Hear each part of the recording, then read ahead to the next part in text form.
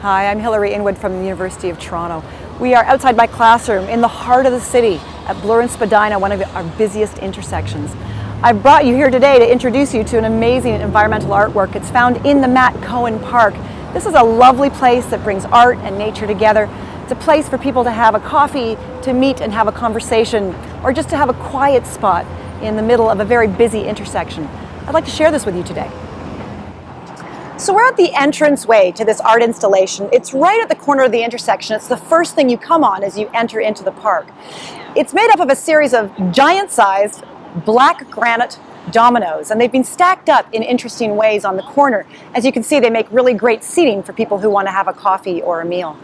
Some of the dominoes have dots on the top, just as you would normally expect in a domino set, but others have beautiful etched leaves, giant-sized, that start to give you a few clues as to what we're going to find in terms of the themes in this environmental artwork as we enter into the park. Before this piece was created in 1997, this was like any other busy street corner in Toronto. It had a flat sidewalk, it had a flat area of grass. Thanks to the work of artists Susan Schell and Mark Gomes and the landscape architecture firm of Ferris & Associates, they've created what is now a beautiful little oasis right here in this heart of the city.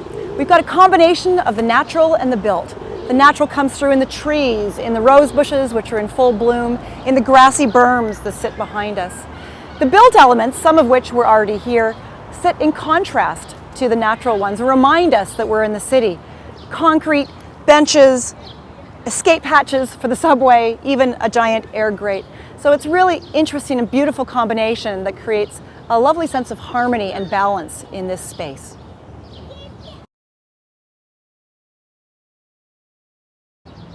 We're in the center of the park, and this contains one of the most interesting features, I think, of this environmental art installation. Behind me is a subway grate. It was an existing feature of this park that the artists repurposed in order to turn it into something, I think, completely different. They've attached giant metal cutouts of leaves to the top of the subway grate. And with the plantings that go around the outside edge, to me, turns it into a pond of sorts that provides a beautiful focal point for this artwork. We're down the south end of the park, and in this area of the park, the landscape architects and the artists were sure to include a lot of trees, which makes it a beautiful, cool place on a hot summer's day.